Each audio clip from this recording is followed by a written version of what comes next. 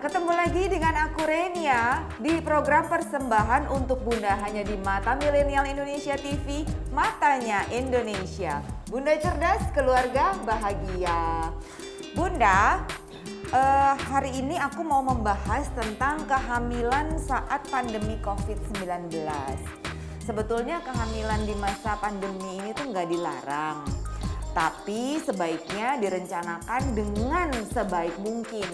Karena Kepala BKKBN Bapak Hasto Wardoyo menyarankan sebaiknya kehamilan di masa pandemi ini ditunda dulu gitu kata beliau. Berarti kan sangat penting ya. Nah, sepenting apa sih? Yuk informasinya biar lebih jelas lagi, aku mau langsung aja ajak ngobrol narasumber aku yang udah ada di sini. Siapa lagi coba? Kalau bukan siapa ya? Tahu nggak? Sekarang karena muka kita udah setengah nih ditutup masker. Dr. Grace, bunda-bunda. Hai bunda-bunda semua di rumah, sehat selalu ya bunda-bunda. Yang selalu setia menemani saya ngobrol-ngobrol untuk sharing info kesehatan ke bunda-bunda di rumah. Selalu Dr. Grace ya dok ya. Yes, Thank you for coming. How are you? Sama-sama. Baik, sehat, alhamdulillah, puji syukur. Dan senang banget bisa berbagi informasi lagi kepada bunda-bunda di rumah. Kita terakhir ketemu Juni, itu belum PPKM ya? Iya, belum yang waktu itu sempet kan second wave ya yang tinggi banget tuh yang Juni. Nah kita sebelum itu tuh. Sebelum itu, habis itu udah kita belum ketemu baru sekarang lagi ketemu. Yes. Oke dokter, lancar ya PPKM ya? Lancar, sehat terus. Itu yang paling penting Iya, ya. aku perhatiin aktif banget loh di Instagram untuk kampanye kesehatan di masa pandemi ini. Betul. Oke, nah nih kita hari ini mau bahas tentang kehamilan saat pandemi nih, Dokter Grace nih. Kenapa sih dok kehamilan di masa pandemi ini harus betul-betul direncanakan sama bunda-bunda dengan sebaik mungkin? Why? Gini, jadi kalau bunda-bunda di rumah pasti kan mikirnya kadang-kadang kayaknya, iya gimana ya, kadang-kadang lagi program anak terus ketemu pandemi akhirnya suaminya di rumah terus gitu ya, ya udah jadi gitu ya ternyata program anaknya gitu kan. Dan itu memang kehamilan adalah sebuah anugerah bunda-bunda semua, cuma karena kita satu dunia ini lagi ngalamin yang namanya pandemi ya, pandemi COVID-19 ini, maka tadi Kepala BKKBN juga menyebutkan kita juga harus berwaspada. Sebisa mungkin ditunda dulu. Kenapa? Karena ada alasan yang kuat, ada alasan yang benar-benar mensupport, bukan jadi dilarang-larang punya keturunan ya, tidak. Tetapi pada saat pandemi pastinya kehamilan akan menjadi lebih beresiko. Oh oke. Gitu kan? Karena gini, sekarang pemerintah sedang ngebut nih juga untuk pemerataan distribusi vaksin kepada ibu hamil dan menyusui, ya kan? Dan kalau misalnya ternyata belum mendapatkan vaksin, kemudian seseorang ibu ini hamil, kemudian ternyata tertular COVID-19, itu resikonya tinggi banget loh. Untuk ke janinnya? Untuk ibu dan janin. Oh oke, dua-duanya ya? Karena memang pada saat kehamilan imunitas seorang ibu itu kan imunitas badannya turun pada saat hamil ya kan. Dan yang ditakutkan adalah akhirnya membahayakan dua nyawa, ibu dan janinnya. Oh, gitu. Jadi perencanaan sangat-sangat penting. Nggak itu juga nih, sedikit lagi. Jadi kan udah hamil gitu ya, resiko terkena COVID-19. Setelah itu kan kita tahu nggak cuma kesehatan, pandemi juga menghantam perekonomian. Gimana? Pasti kan takutnya nanti persiapan-persiapannya akan menjadi kurang maksimal gitu, Mbak.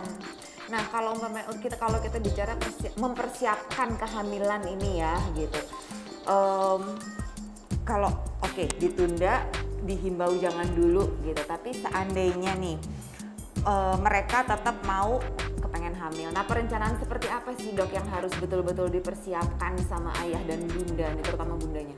Oke, idealnya gitu ya. Idealnya kalau kita ngobrolin perencanaan kehamilan yang sehat gitu ya dan baik, idealnya adalah pada saat menikah di bawah usia 20 tahun misalnya ditunda dulu tuh punya anaknya. Nah, jadi punya anak yang muda. Nah, yang punya anaknya nanti di usia direncanakan usia 20 sampai dengan 35 tahun.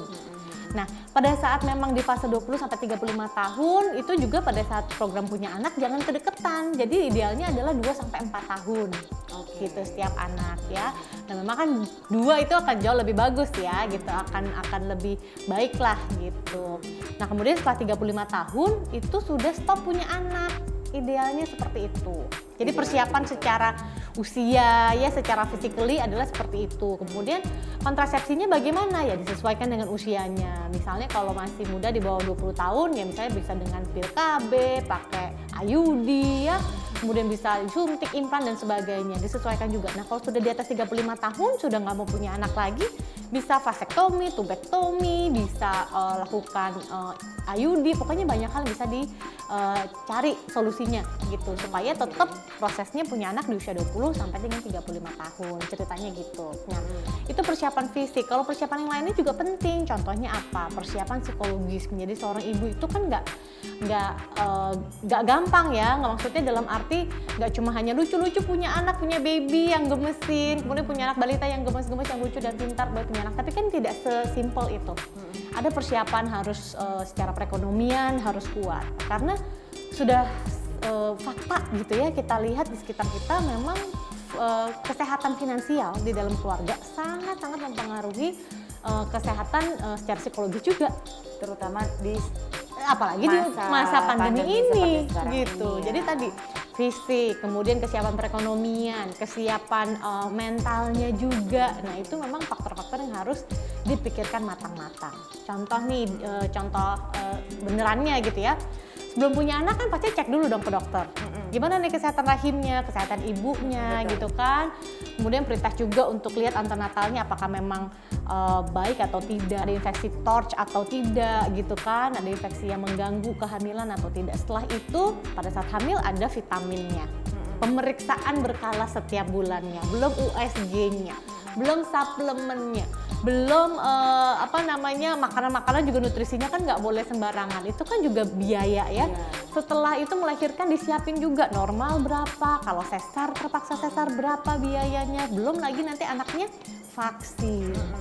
Minggu pertama datang check up udah vaksin harus sampai anaknya umur setahun gitu kan. Wah terus macem-macem, kalau nggak bisa keluar ASI, susu formula lah, kemudian ada empasi dan sebagainya, itu tuh harus dipikirkan dari awal.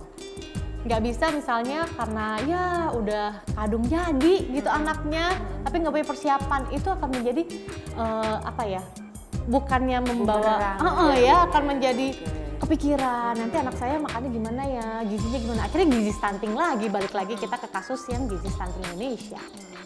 Nah, itu sedikit banyak antara persiapan ibu hamil di saat non pandemi dan sekarang pandemi ya sama aja gitu ya, yang tetap harus dipikirkan. Mungkin kalau di saat pandemi seperti sekarang ini harus lebih detail lagi. Betul, lebih detail dari dan semua kesiapan, ya. hati-hati bahwa memang COVID itu masih ada di sekitar kita. Jadi jangan sampai lagi hamil kena COVID mengancam 2 nyawa, itu yang takutkan. Itu yang paling mengerikan ya, Dok ya.